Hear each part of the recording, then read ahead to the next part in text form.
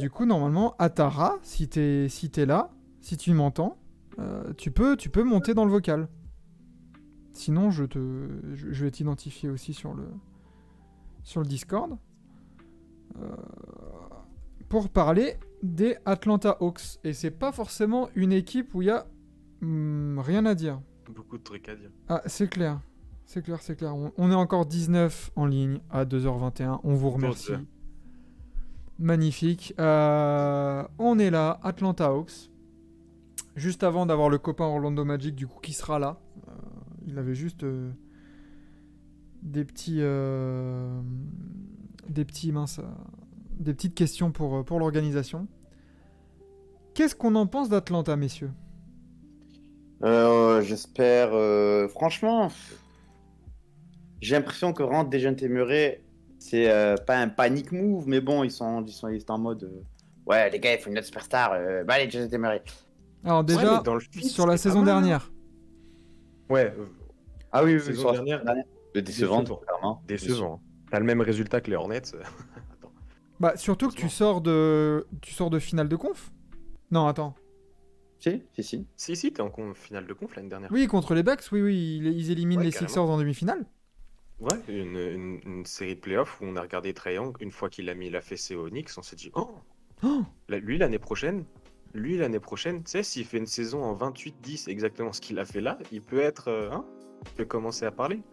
Mais Bah bon, ouais, 28-10 mais dans une équipe 8e à l'Est, avec le 26e defensive rating, bah ça marche pas. ah bah ça, par contre, ouais, voilà, c'est ça. Un deuxième offensive rating. Bon, ça, plutôt normal quand tu vois le franchise player.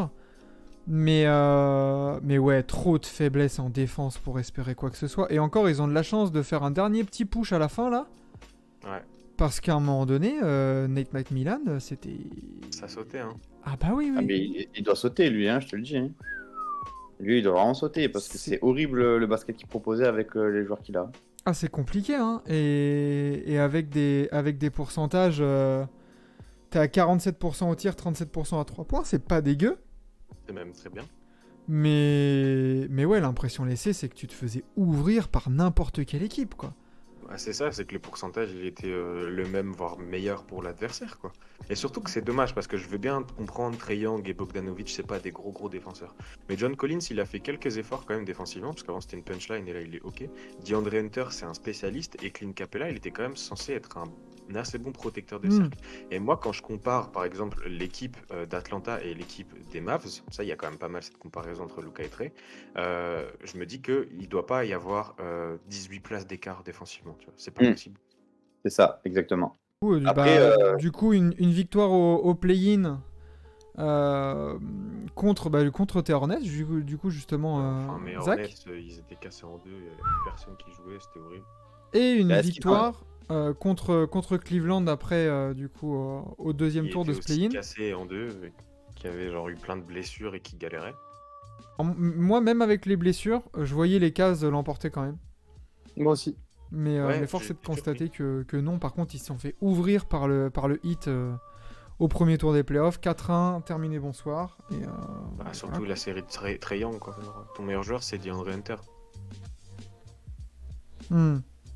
Sur la série de playoffs là, ton meilleur joueur, c'est DeAndre Hunter. Donc au bout d'un moment, il a fait l'antipode de la saison dernière, en fait. L'année dernière, il a fait des playoffs incroyables qui ont surpris pas mal de gens. Et cette année, le mec il tourne à 15 points, à 32% au tir. Ah mais c'était le pire joueur de ces playoffs. C'était abyssal. C'était abyssal. Bon, il se bat avec Kyle Lowry hein, quand même. Ouais, mais ils ont pas le même statut. Hein. Attends, Trae Young a 15 points là, je vois 15, 5, 6. Et j'ai pas les. Allez, les pourcentages, c'était horrible. Hein. Les pourcentages sont petits là sur mon OBS. 31-18.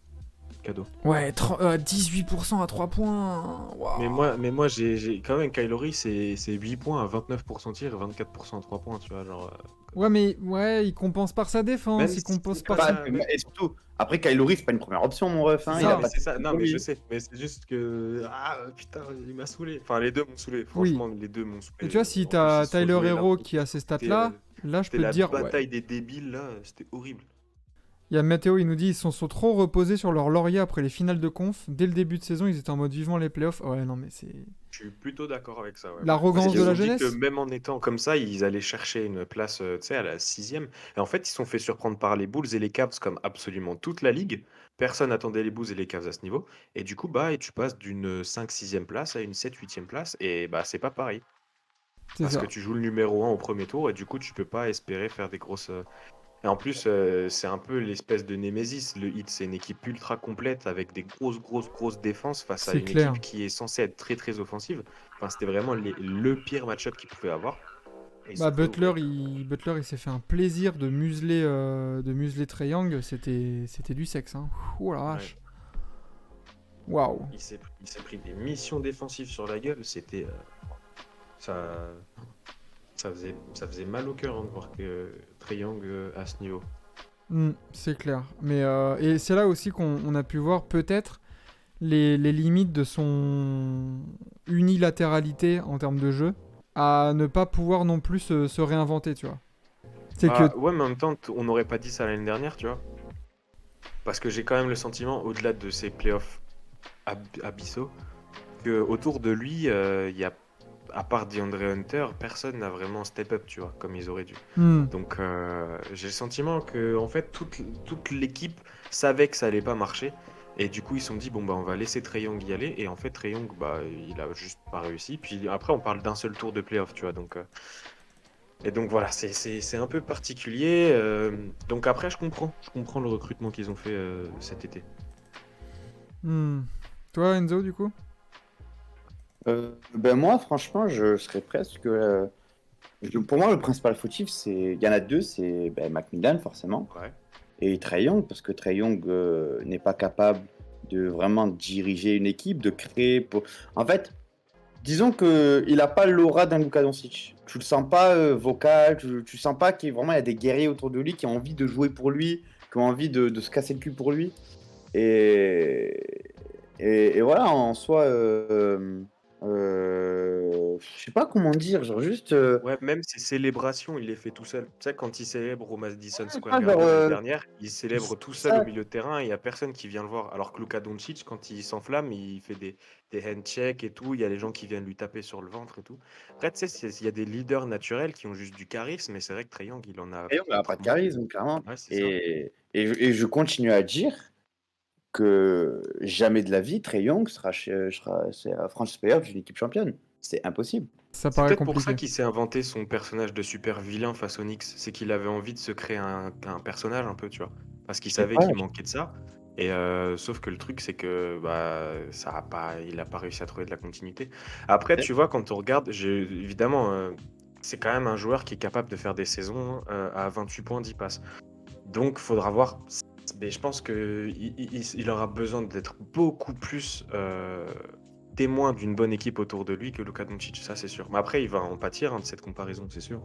Ça va le poursuivre tout le temps, de toute façon, ce trade-là. Hein. Qui a gagné le trade et tout ça, pendant toute leur carrière, en plus qu'ils ont en parallèle, ça va être infernal hein, pour lui. Mais du coup, voilà, une 8ème place. Bon, tu te fais éliminer au premier tour. Après une finale de conf, assez décevant. Et du coup, bah, au niveau de l'intersaison, on va voir ce qui s'est passé. Bah, il y a eu surtout ce trade hein, pour Dejounte Murray. Ils ont du coup. Il y a pas mal de départs quand même assez importants. Dylan Wright, Lou Will qui part. Georgie Diagne, Kevin Knox, Sharif Cooper. Il y a des bons Tu petites as rotations, quand même une depth chart assez complète là. Ils sont full. Qu'est-ce qu'on en pense là de ça, les gars? je trouve ça très léger, perso. Bah, je trouve que c'est five heavy, tu vois. Genre leur starting five, il est très solide. Et après, t'as Bogdanovic. Hmm. Ça manque un peu de profondeur sur le banc peut-être. Ah, au Congo, il a quand même montré des belles choses. Onyeka, Hein. c'est un super joueur, j'adore. J'aime Mais beaucoup. je veux bien, Mais, mais mais tu peux pas te dire que ton deuxième meilleur joueur de ton banc, c'est Onyeka Okongwu, c'est quoi. C'est exactement dur. ça. Pareil, au Congo, ok, je veux bien. Il a des gambettes, il fait 2-3 cons, c'est cool, mais ça apporterait. En playoff, je vois absolument rien de lui, tu vois. Je vois rien apporter. Après, c'est le genre de joueur qui peut servir parce qu'il peut switch et du coup, ça, c'est intéressant, mais ça reste un mec qui a jamais vraiment réussi à aller loin, tu vois. Mais même les backups, tu vois, genre ton backup, c'est Jalen Johnson. Bon, bah, Frank Kaminsky, c'est sympa, mais bon, moi, je l'ai eu pendant 4 ans au Hornets. C'est bien, il peut te mettre 3 points de Hmm. suite, puis après, il joue plus parce qu'il sait pas défendre. Euh, les frères Holiday, là, c'est pas mal. C'est des bons petits joueurs, mais Aaron Holiday, il est un peu petit, il est un peu frêle. Mo Harkless, c'est solide, il a été bon aux Clippers et tout. Mais enfin, voilà, quoi. Le truc, c'est que tu perds quand même Delon Wright, qui est un très très bon backup. Lou Williams, qui a fait une saison pas dégueu. Et Gorgui Dieng, qui prend de la place dans la raquette. Mais le truc, c'est que oui, ton starting five, il est très très bon, hein. Trae Young, Murray, c'est une bonne association. Hunter Collins, c'est sympa. Et Capella, c'est un bon pivot, mais enfin, ça n'a pas marché l'année dernière, ça n'a pas marché cette année, hein. Bah ouais, il y a Mathéo qui nous dit la def extérieure avec une tête, ça fait peur. Bah, Okobo, t'as Dejounte Murray et DeAndre Hunter qui peuvent prendre des grosses missions et cacher Trae Young pour Ouais, justement Murray en compenser. défense, ouais. Mais après, c'est pas un spécialiste non plus, tu vois. Bah, Genre, je trouve que si, je trouve que en ah, fait l'année dernière il a changé parce qu'il a eu un rôle complètement différent. Mais avant ça, Dejounte Murray c'est un All NBA First Team, hein, en défense. C'est un des meilleurs. oula, mais oula, Dejounte Murray il a doucement. été en All NBA First Team, en tout cas il était dans les All NBA Defensive, ça c'est sûr et certain. Et je vais aller voir ça tout de suite. Ouais, il a All Defensive 2017-2018. ça me paraît bizarre aussi. Non, non, en 2018 il est All Defensive Team. C'est un super défenseur Dejounte Murray. Ah ouais, 2017-2018, All Defensive. C'est vrai, j'ai rien dit, je suis désolé. On sauf Je au suis une mort du merde. coup. Je suis une merde, je Je suis une regarde, merde. c'est peut-être la deuxième par contre, mais Ouais, je pense que c'est la il est deuxième. dans quoi. la deuxième All Defense. Ah, je Mais suis une tu sais, merde. en fait, ils le traitaient comme un spécialiste aux Spurs. C'était un peu l'idée. Et justement, leur envie, c'était de le développer. Et le truc, c'est qu'après sa blessure, quand il est revenu, l'équipe était complètement changeante. Et c'est là que la défense a un peu diminué. Même sur ligne de passe, ça reste. Bah, l'année dernière, c'était le meilleur intercepteur de la ligue. Et il s'est développé en tant que vrai playmaker, tu vois. Qui sait prendre des rebonds et qui sait faire des trucs. Du coup, après, il faudra savoir, est-ce que du coup, ce côté playmaking, qui sera vraiment endossé par Trae Young et lui, il va repasser dans cette espèce de mission défensive. Mais ça va être dur parce que lui aussi, il a un sacré ego et une sacrée histoire. Je vais me faire un sandwich, les gars, je reviens. Ah bah écoute, bon Fais-toi sandwich. bien, hein. Ouais, sur le poste de meneur, après je trouve que ça manque de création sur le banc. Quand même. Ouais. Bog Et le peut le problème, faire. Mais ça reste faible. Enfin, juste Le correct. problème, c'est que ton deuxième playmaker, c'est Dejounte Murray et il va quand même souvent jouer avec Trae Young. C'est Donc, ça. faudra savoir aussi comment ils répartissent les minutes. Et le problème, c'est que c'est Nate McMillan le coach. Donc, c'est pas non plus un génie de la balle, tu vois. Parce que tu pourrais avoir des situations où tu sors, Dejounte au bout de 6 minutes, tu laisses Trae Young pendant 4, puis ensuite tu le sors et puis tu rejoues avec Dejounte. Et en fait, Dejounte Murray et Trae Young jouent ensemble que sur le début et la fin de match pour pouvoir close les games. Hmm. Et sur tout le reste, ils essayent d'alterner. Est-ce qu'il va y avoir l'intelligence de faire ça, en sachant que tu as Bogdanovic qui peut, comme tu l'as dit, un peu le faire, et pouvoir être tu sais, le deuxième joueur dans le backcourt. Mais basé sur que ces 3 joueurs-là pour toute ta saison, ça va être très très dur, hein. T'as aucun autre créateur. C'est ça, ouais. J'aime bien, enfin Johnson, Kaminski et tout ça, c'est pas mal, mais ça me paraît un peu C'est faible. léger, hein. John Collins, déjà, je te pose une question là vite fait. Attends, j'essaie de voir si c'est pas une des questions.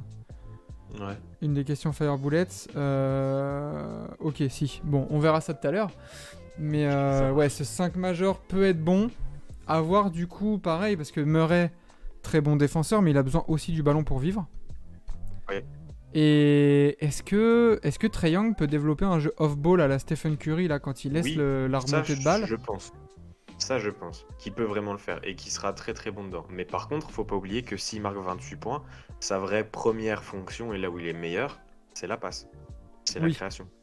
Peut-être quand on faisait la comparaison avec Stephen Curry ou Steve Nash, je pense qu'il se rapproche plus d'un Nash que d'un Curry. Je pense aussi, ouais. Un peu plus scoreur que Nash, mais cette Ouais, clairement. proportion à la Mais passe qui avec- est plus importante. C'est ça. Donc maintenant, faudra savoir. En fait, c'est ça. C'est savoir lequel des deux va. Parce que je pense que les deux vont devoir un petit peu perdre en playmaking. Dejounte pour se spécialiser plus dans la défense et dans le backup de playmaking. Et Trae Young, quand il jouera avec Dejounte, il faudra qu'il soit capable de se dire bah, je suis quand même un mec qui cavale vite. C'est un mec qui prend bien les écrans et je pense qu'en off-ball, il peut être très très fort. Maintenant, va falloir. Le problème, c'est que ça, c'est aussi le coach qui doit te le dire, quoi. Le coach qui doit te dire, bah voilà, maintenant tu fais ci, ci, ça, ça. Et Macmillan, il a ni le charisme ni le niveau tactique pour pouvoir vraiment gérer un effectif qui est plus faible sur certains postes. Bah, Nick Milan, pour moi, ça me fait penser vraiment à cette caste de coachs qui sont bons pour développer de la jeunesse et pour développer un young core, mais il manque un truc pour aller plus haut. Ouais, bah ouais, Et maintenant, là, le projet Hawks, il est déjà bien entamé. Maintenant, tu as besoin de quelqu'un qui te, justement, comme tu as dit, tactiquement, qui te fait grandir, qui t'apporte des T'as choses. besoin d'un espèce de Brad Stevens, c'est un mec qui sort de NCAA, peut-être même un rookie ou un sophomore qui t'apporte ça en mode bah, je suis un coach, j'ai fait plein de tactiques, plein de trucs, je sais faire. Je suis jeune, vous êtes aussi jeune, on va tester des trucs et let's go. C'est ça, voilà, un Macmillan, il Ime est Udoka, trop. tu vois, qui arrivait avec vraiment ses idées et qui a Ouais. su les inculquer à son groupe, quoi. Et je suis pas sûr que Nick Milan, ça soit le cas. Il y en a pas trop en fait, il y en a pas trop sur le marché. Tu vas choper qui? Le mec qui s'en rapprocherait le plus, c'est James Borrego, tu vois.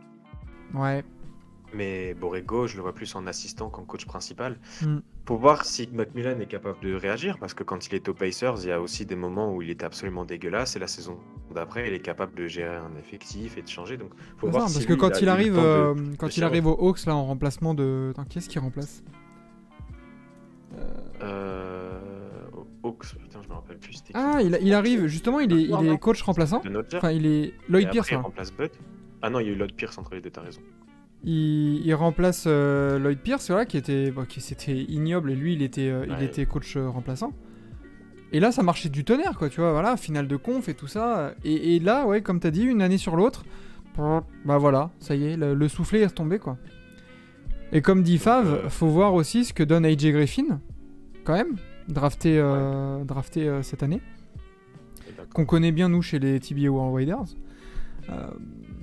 Il peut apporter en sortie de banc, je pense, ouais, comme je suis d'accord avec toi, Fav. À voir s'il va avoir beaucoup de temps de jeu, parce que il sera peut-être décalé des fois en 3, ça me paraît assez léger. Ouais, il manque un peu de poids, mais bon. En fait, le truc, c'est que c'est pareil. Quand tu dois te baser sur un mec qui a été drafté genre 15e, il peut jouer poste 3, je pense. Il est assez costaud et tout. Mais voilà, c'est un très bon shooter. C'est un mec qui peut être propre et qui peut t'apporter. Bah, il est bon en défense. C'est un mec qui a fait Duke, donc en général, ils savent quand même pas trop mal jouer. Ça va, il y a du QI. Mais voilà, c'est. Faut savoir, je pense qu'il est capable. Il a une bonne patte gauche quand même, donc je pense qu'il peut être capable de s'inscrire dans tu sais, dans une équipe comme ça. Ça peut bien lui plaire d'être autour de mecs qui créent parce que lui, bah, c'est pas un créateur. Par contre, si tu commences à essayer d'avoir, tu sais, ta petite wildcard, c'est ton rookie pour une équipe qui a joué les finales de conf l'année d'avant, c'est un peu triste, quoi. C'est clair, c'est un peu léger, quoi. Mais voilà, tout ça nous amène à une grosse question. Pour les Hawks. Ah oui, mais AJ sans les problèmes médicaux, c'est top 5. Ouais, c'est ça. Après, on parlait pareil de Michael Porter Jr., de tous ces mecs-là. Hein. Mm. Donc, à voir. Ça manque pas un peu d'expérience Mm. Aussi Bah, ils en ont eu un poil, mais bon, Dejounte, non. Trae Young, il a été une fois. En fait, ceux qui ont été en finale de conf, c'est bien. Mais voilà, il y a pas un daron. À part Mo Harkless, il n'y a pas de daron ici. Et puis. Ouais, Vas-y, Arclès, c'est Enzo. dégueule, tu vois. Arclès, y a personne qui respecte en soi, tu vois. Non, mais dans le sens où Harkless, il a un peu de vécu et tout. Bah, après, il a rien fait. Tu sais, il a joué. C'est ça, il a rien fait. Il a rien fait de sa carrière en mode regardez, moi, ce run-là, je l'ai Ah. géré. À part quand il est allé en finale de conf avec les Blazers, tu vois. Mais genre, c'est tout, quoi. Mais après, je me dis que c'est le seul mec. Putain, il est beaucoup plus jeune que je pensais, Maurice Harkless. Il a que 29 ans. Je croyais que c'était plus un daron que ça. Ok. Bah, ouais, En fait, c'est ça le souci de l'équipe, c'est qu'il y a personne pour mettre des tatanes, tu vois. Il y a Ouais, personne. J'aurais bien Y a vu personne, un poste 4, moi, dans ce Justin rôle-là. Holiday, t'es plus dans l'effectif, quoi. Genre.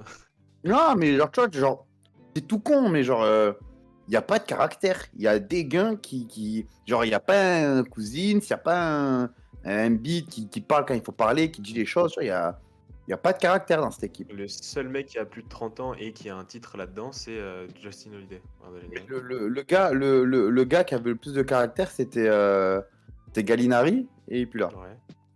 Ouais, C'est c'est ça. vrai. Mais ouais, et puis encore l'année dernière, enfin non, ouais, l'année dernière, non, du coup il y a 2 ans dans leur run pour les finales de conf, tu peux aussi dire qu'Atlanta il bénéficie de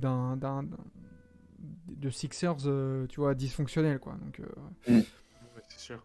un peu en trompe-l'œil quoi. Si Ben Simmons il pouvait dunker sur Trae Young, on parlerait peut-être pas de saison aussi décevante quoi. Oui, clairement, mais ça reste très décevant quand même parce que tu t'attends à beaucoup plus d'une équipe qui a un meneur qui est de niveau l'NBA que de galérer pour aller en playoff, tu vois. Genre, De ouf. c'est la tristesse du truc. C'est clair. Bah du coup les gars, petite question. Bah justement, Dejounte et Trae Young, est-ce que c'est le bon bac courte pour aller chercher Non. les sommets? Non. Non, en fait, le fit, il est très très bon, mais t'as pas grand-chose autour. Et pourtant, Non, en plus, oui. le pire, c'est que Dejounte, tu le récupères contre 3 tours de draft, donc tu perds même pas une pièce, tu vois. Moi, je pense plus que ça manque de maturité, déjà, et ensuite, ça manque de... Ouais, genre, j'ai pas l'impression que l'un pourrait se sacrifier pour l'autre, tu vois. C'est ça le problème. En plus, ils ont plein de points sur lesquels ils peuvent se sacrifier.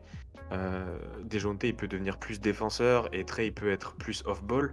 Mais tout ça, ça veut dire que les deux doivent un peu sacrifier leur playmaking, qui est quand même une de leurs forces principales. Et ça va être dur de trouver. Et comme je disais quand tu étais parti, le problème, c'est que quand tu as un coach qui est capable de te dire ça, c'est bien.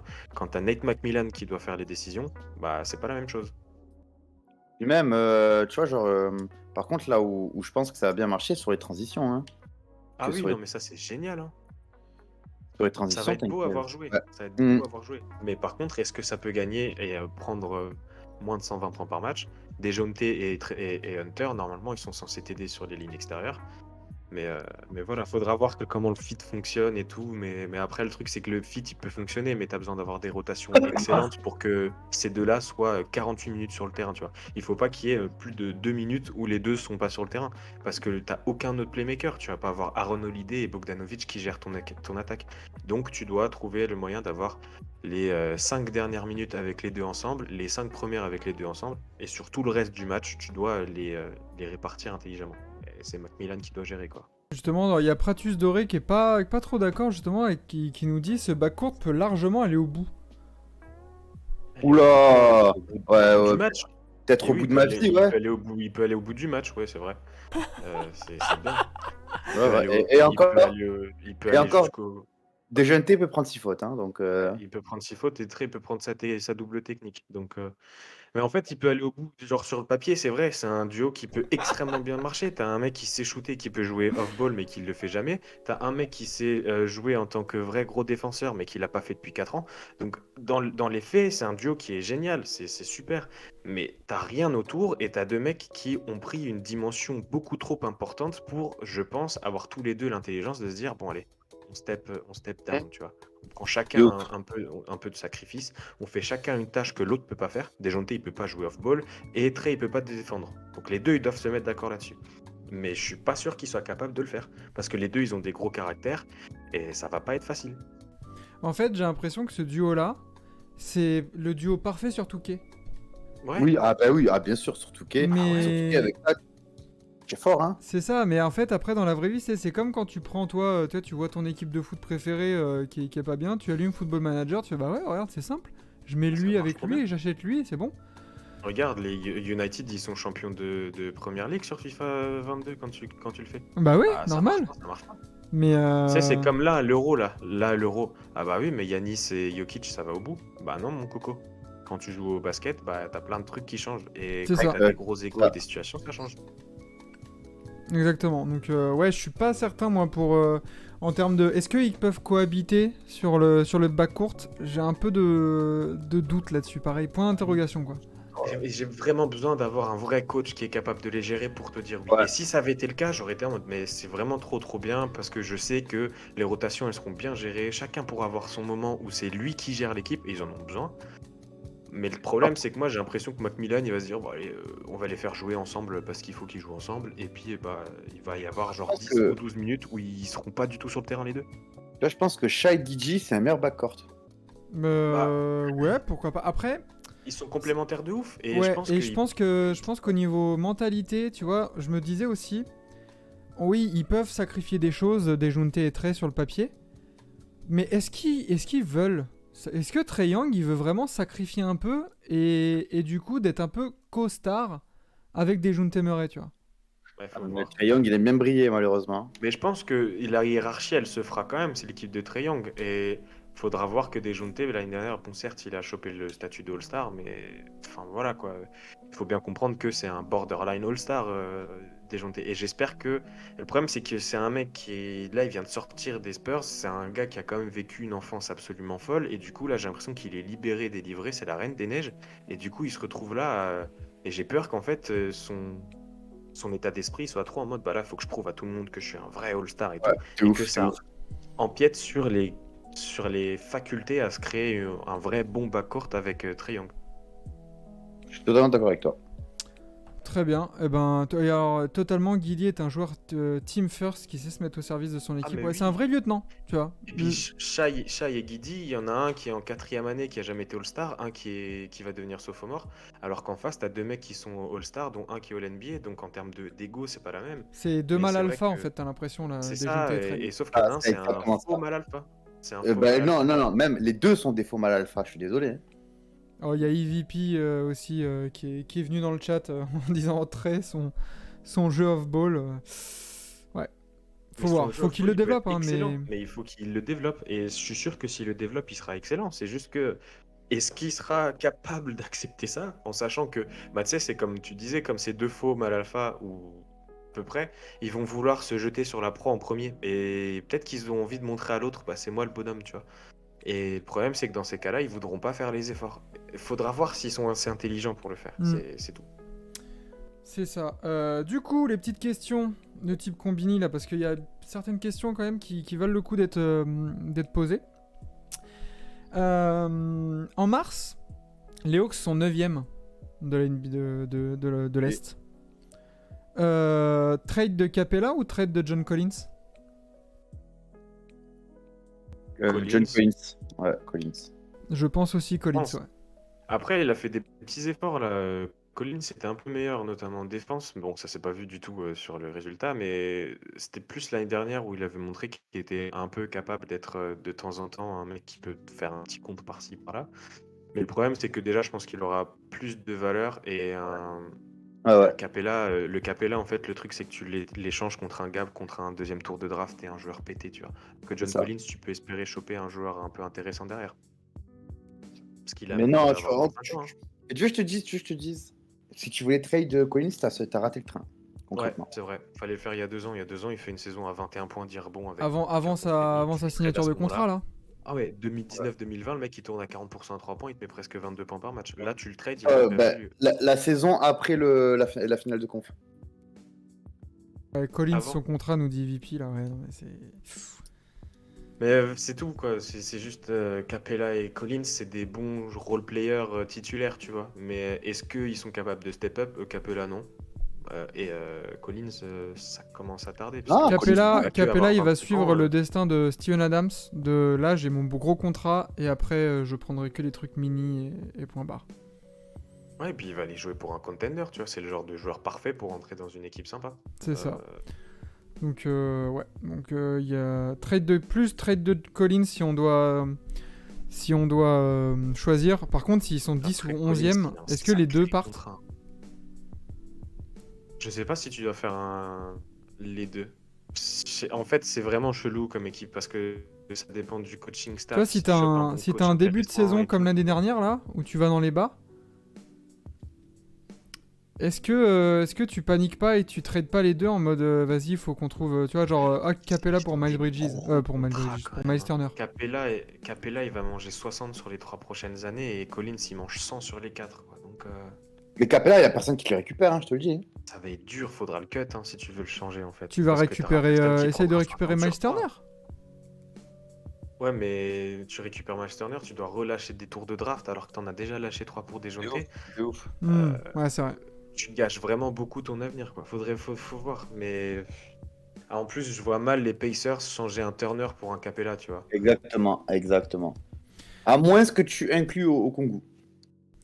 Ouais, mais dans ce Euh, cas-là, enfin, ça veut dire que tu dois trouver un autre backup pivot, quoi. Et bah, je sais pas, c'est dur à gérer comme situation. Du coup, deuxième question. Pour les Hawks, pour le bien des Hawks, est-ce qu'on préfère un triangle en 22-10 ou un triangle en 36? 22-10. Je Ah, pense, hein. quoique, non, 36 cette année. 36 avec des Jontés qui gèrent derrière Un peu de un peu de la passe. passe. Ouais. Ouais, et surtout, Trey, fais-moi des efforts en défense. Il les fera pas. Vas-y, cours, Pour ça que mets-toi. Non, Dejounte, il est là, peut-être un peu, tu vois. Mais... il fera pas. Surtout Ouais, qu'à Dijon, il fera encore moins. regarde Et la toi, tu densité dans penses les quoi, équipes. Enzo? Tu préfères 22-10 ou 36? 22-10. Ok. Ah, Parce que j'ai juste c'est. peur que ça mange un peu mon Murray. Non, au contraire, 22-10, ça veut dire qu'il a 22 points de 10 passes D. Ça veut dire qu'il en fait à Dejounte. Et que Dejounte a du scoring aussi. Du coup, ça ramène plus de danger et ça a étiré de défense. Je peux À toi. comprendre. Moi, j'imagine un Dejounte en 18-8-8, Ouais. tu vois, un truc comme Même pas, ça, non, et même pas, un... même pas. Il va faire un genre 18-6-5 ou un truc comme Bah en ça. fait, Après, c'est un gros rebondeur, mais oui, non, mais dans le sens où, tu vois, les deux sont à peu près à 6-7 passes, mais Trae Young, il prend ce step-up, enfin, ce step-up, non, parce qu'il tourne déjà à 30 points, mais c'est juste que, du coup, ses pourcentages, ils sont différents, parce qu'il a pas mal de spot-up, tu vois, qui sont justement des distribués par Dejounte. Mais après, c'est sûr que oui, s'il y a 10 passes qui sont faites par Trae, le seul problème, c'est que pour moi, ce serait sur contre-attaque qui fait des passes à Dejounte, parce que c'est pas un shooter, et je vois pas dans d'autres situations où tu as des systèmes où ton Trae fait des passes à Dejounte, je vois plus des systèmes où Dejounte fait des passes à Trae. hmm, À voir, à voir. Parce que mais J'ai pas... Dejounte sur des cuts ou des flashs, il est très Ouais, intéressant. c'est vrai que, ouais, en façon, Dejounte, est-ce qu'il doit pas avoir tu connais mieux que est-ce moi. qu'il doit pas avoir une ligne de stats à la Ben Simmons? Tu vois, comme t'as dit, là, 17-8-8. Bah, il est capable, hein. Après, peut-être qu'il aura un poil moins de passes, mais les rebonds, il peut aller en choper 7. En fait, c'est un 17-7-7, un truc comme ça, un peu comme à la... J'allais dire Russell Hmm. Westbrook l'année dernière, mais enfin, tu vois, genre, un truc comme ça, bien solide, pas All-Star, en dessous de All-Star, mais à côté de ça, t'as 2 interceptions et t'as de la grosse défense, et il peut quand même s'éclater parce que bah, les rebonds qu'il prend, il peut aller en coast-to-coast pour aller balancer un alley ou pas à John Collins, tu vois. Ça va lui faire du bien de cavale comme l'année dernière. Ah, Ils vont ouais, s'en rendre alors vous compte. avez dit non, mais moi j'étais mute, j'ai oublié de me démute. Macmillan finit-il la saison sur le banc? Non, Non. du coup. Ouais, je Bah pense non. pas non plus. Je pense qu'ils vont galérer encore cette saison, surtout quand tu vois la conférence Est là qui s'est vraiment Elle est vraiment dense, hein. renforcée. On verra après où est-ce qu'on les met dans la tier list, mais ça peut être Mais je pense compliqué. que le management, ils vont se dire, on a essayé de changer l'effectif, ça marche pas, ben non, on change le coach. Ouais, Ils vont pas se dire, on change l'effectif, oh bah on rechange l'effectif. c'est le Clac, tu changes fusible de qui saute, coach, hein, je tu vas pense. choper un Borrego ou un truc comme ça, et paf, tu changes, tu vois. Hmm, c'est clair. Très bien, très bien, très bien. Après, voilà, le niveau de confiance pour la saison, franchement, moi je suis à Il est 5, hein. faible, hein. Il Ouais, est faible, 5. ouais, il est ouais, 5-6, allez, 6 maximum. Ouais, Ouais. 6, je trouve que t'es gentil, hein. Ouais, Oui, moi j'ai oui, du vraiment, mal. je suis gentil, ouais. Je mets 5 pour la moyenne parce que je me dis que quand même tu rajoutes des jauntés donc, et que ça va être dur de faire beaucoup pire que l'année dernière, tu vois. Dans le sens où il chope que 43 wins, il galère un peu. Donc voilà, on va dire un 5. Il reste équilibré, paf. Je sais pas, en vrai, est-ce que l'arrivée des Jeunes Témérés, ça résout les problèmes défensifs qu'ils avaient? Certes, sur un poste, oui, mais en Non, vrai, je mais les tu vois peux toujours se passer faire de ouvrir à 26e l'intérieur. à 20e, tu vois. Ouais, Tu seras toujours moins bon que la moyenne, mais ça peut. En fait, tu vois, genre, moi, je me dis que les Wizards, ils vont rester à leur niveau, les Hornets, ils vont baisser, et après, les Knicks, ils vont peut-être reprendre un peu, mais il y a de quoi choper une ou deux wins de plus que l'année hmm. dernière sur cette conférence Est, tu vois. Et que si tu arrives à choper 44 wins, bon, bah voilà, t'es à peu près content par rapport à la saison que t'as faite l'année dernière. Alors, du coup, pour Atlanta, où qu'on les met? Bah, pareil, hein, c'est entre. Je les mets quand même plus haut que le play-in parce que. Ah ouais? Bah, non, mais je les mets dans le sens où je suis je suis dans l'intermédiaire entre fin play-in parce que je pense qu'ils iront pas au-dessus de la huitième, Ouais, de la septième pareil. place. Mais, mais par contre, ils vont jouer cette septième place, tu vois. Et donc, s'ils jouent cette septième, bah, ils seront peut-être proches de la sixième. Donc, moi, je les mets plutôt fin play-in parce que ça me fait chier de les mettre à côté des Raptors et des Bulls, tu vois. Ouais, c'est ça. Peut-être au-dessus des Knicks, allez. Bah après, le seul truc, c'est que quand je regarde les équipes qui restent, il y a aucune autre personne qui rentre dans ces catégories, tu vois, pour Euh... l'Est. Ouais. Bah à l'est, ouais, t'as quoi? Charlotte, Indiana, mais Charlotte, ce sera en Orlando. dessous, Indiana aussi, et Wizards Ah, aussi. attention à Et Orlando après, hein. On verra. oui, non, mais dans le sens où... Enfin, tu m'as compris, tu vois. Donc Ouais. ouais, je pense fin play-in parce que je pense qu'ils vont viser la 7ème place, tu vois. Mais tu vois, dans le sens où déjà, tu vois, je pense que les Celtics, on les mettra des minimum Ouais, playoffables, hein. ouais. Donc t'as déjà Bucks, Minimum, Sixers, Heat, voilà. Cavs, Raptors et Bulls qui seront Et top Nets, 6 quasi sécures. Et Nets aussi, ouais. Donc ils vont essayer de Bulls jouer cette top 7ème 6. place, tu vois. Attends, j'ai entendu Bulls top 6, je vais péter mon crâne. Tu les mets où les Bulls, toi? À l'Est? Ouais. Attends, je regarde Celtics Bucks. Non, mais c'était pas vraiment dans le sens, mais dans le sens où je pense qu'ils seront au-dessus ils seront au-dessus des Hawks. En tout ouais, cas, des ce Hawks, sera, c'est ce ça. sera cette bataille-là qui se jouera pour moi pour la 7ème place, tu vois. Je suis pas sûr que les Bulls soient au-dessus des Hawks. Non, non, mais dans le sens où ils se battront pour cette 7ème place. Mais Bien par sûr, contre, le oui. top 6, t'auras genre Celtics, Nets, pas dans l'ordre, hein, Cavs, Raptors, Heat, Sixers et Bucks, tu vois. Ah ouais, bien sûr. Bon, ils sont bien là. Voilà, les Hawks. Objectif play-in, ça va se battre. Ouais, en vrai, play-in. Ouais, play-in. Ça va se Ils battre, ça vont va bien jouer se la battre. 7-8ème.